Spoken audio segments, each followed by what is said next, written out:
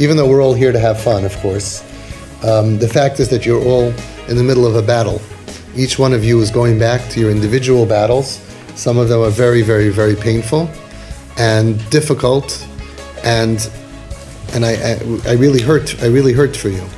You know, I get calls from people who don't even come here because the pain is even worse, and it's just you hear stories and you can't even imagine what's going on out there. At least Baruch Hashem, we have a mahalach. We daven. Make sure your whole family says the whole Tehillim every single day, divided up by everybody, and ask your Rav, the Das Torah, to say the last one.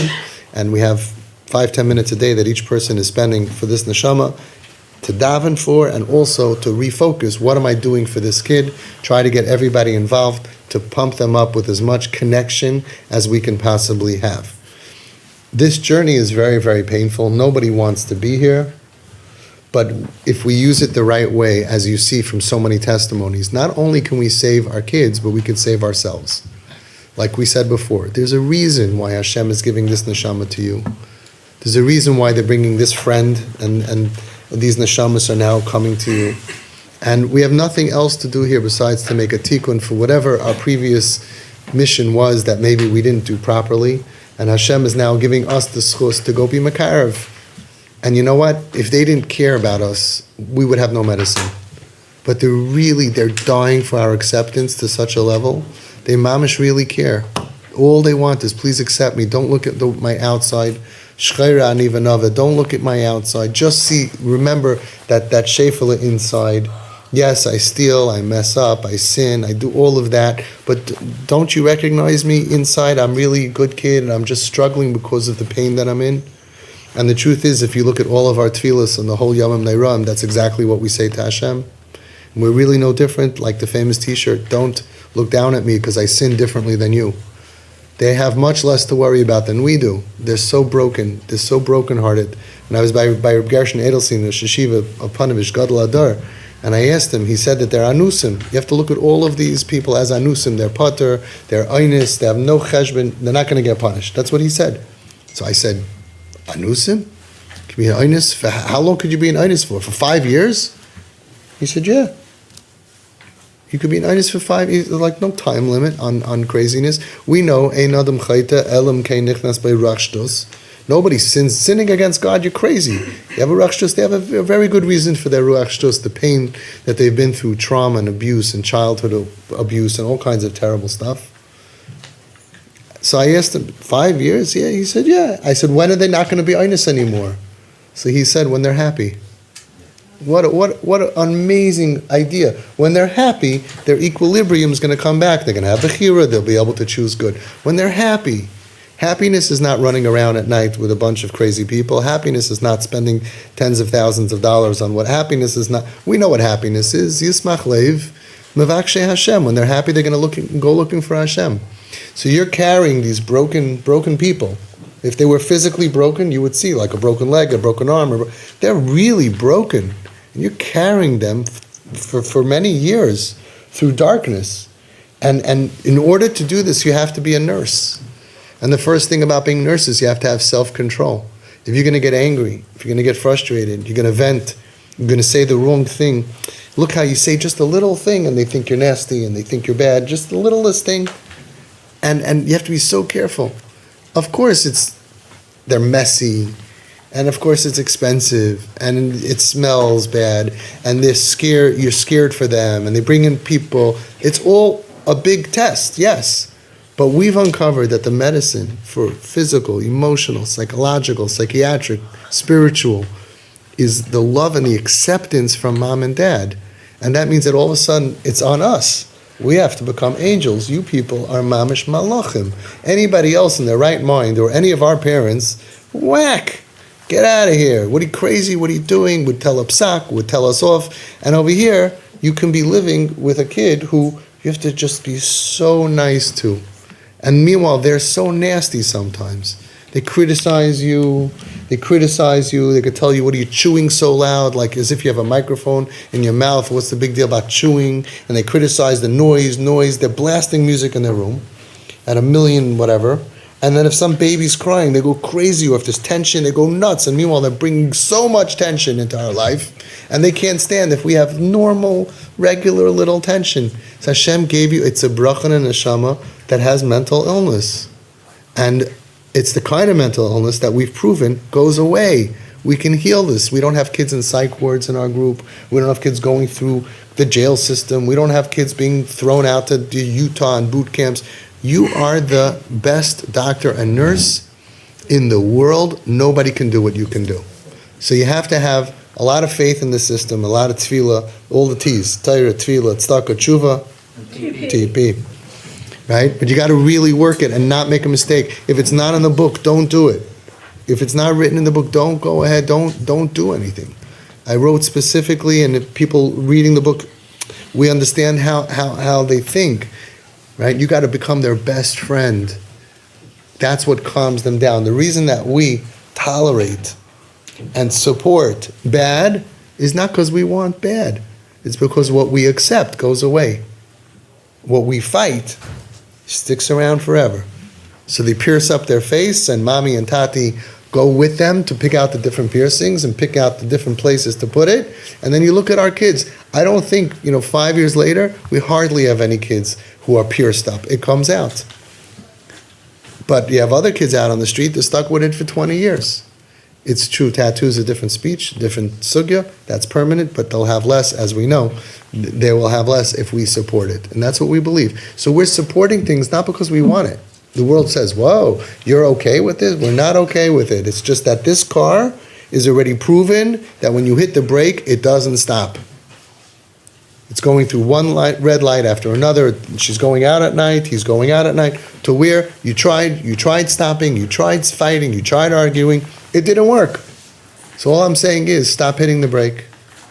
Now I found a special way that when you hit the gas pedal, it actually stops. So hit the gas pedal. It feels crazy. Who cares how it feels? This is what we're going to do. This is what's going to work. And we'll leave it up to the theorists and the psychologists, and 10 years from now, they're going to say, oh, of course, because they're going to realize that this is working better than the other way. And it's not because we like drugs, and it's not because we believe, you have to be your kid's best friends, and it's not because we believe in unconditional love and you have to accept them. It's because our kids are sick, and they're out of control, and they're hurting themselves, and they're in danger, and you need to be the superhero that's going to save them. And you can't save them if you don't have a connection. And they won't connect to you as long as you're criticizing them. They won't. They just won't. You could tell them all the nice things in the world. In our house, we don't, and you have to, we wear shoes like just all the mashalim they give, right? Just like you go to a restaurant, they have a dress code at home. Beautiful. What's your NKN? What's your nafshik shur? They don't connect. They shut down. And then you have an enemy. Not only you're not helping, we have an enemy living at home. What you have to do is you have to go ahead and become their best friend so they can become calm around you. But in order to do that, you have to get used to their rooms looking like a Rahmana Litzlan, pizza boxes up to the ceiling, and bugs and who knows what going on in there. And you have to tolerate their friends, and you have to be makarev, as we spoke, their friends. It's an amazing journey that Hashem is putting you through, and we wouldn't wish it on our biggest enemy. But if you listen to the parents who come out of the other side, they'll tell you they wouldn't give it up for the world. The growth, the self-growth that you have to become really superhuman instead of just reacting. Sometimes you want to react. You want to get upset. You want to get nervous. You want to get angry. And instead you say, I can't do it. It's going to hurt my kid. And you have self-control. Wow. Rabbi Yisrael Salanta said that changing a midah, working on yourself, it's harder than learning the whole Shas. We have Shas Yidden over here. We have people who are mamish self-control, unbelievable. In the middle of the night, and there's noise, and there's music, and there's smoke, and there's this, and you want to go ahead but it's not good for my kid. I want to win him back, because we have a good track record, right? So what do? Self-control. The self-control of TP parents, even if it's the wrong mahalach, the self-control of the parents is unbelievable. Malachim mamish, shviras amidas, what you guys have, and remember, when you have self-control, at that moment Hashem gives you complete mechila of all your averis. Isn't that amazing? Somebody has self-control and he fights in himself. You could say, what does Hashem care? What does the Torah care? Yeah, the Torah recognizes how difficult it is to have self-control. And when you have self-control At that moment, you get mechila of all your averis. Like Yom Kippur. Your kip is giving you Yom Kippur every single day. And you have no averis. And at that moment, please daven for Klal Yisrael. Daven for all your friends here, a group.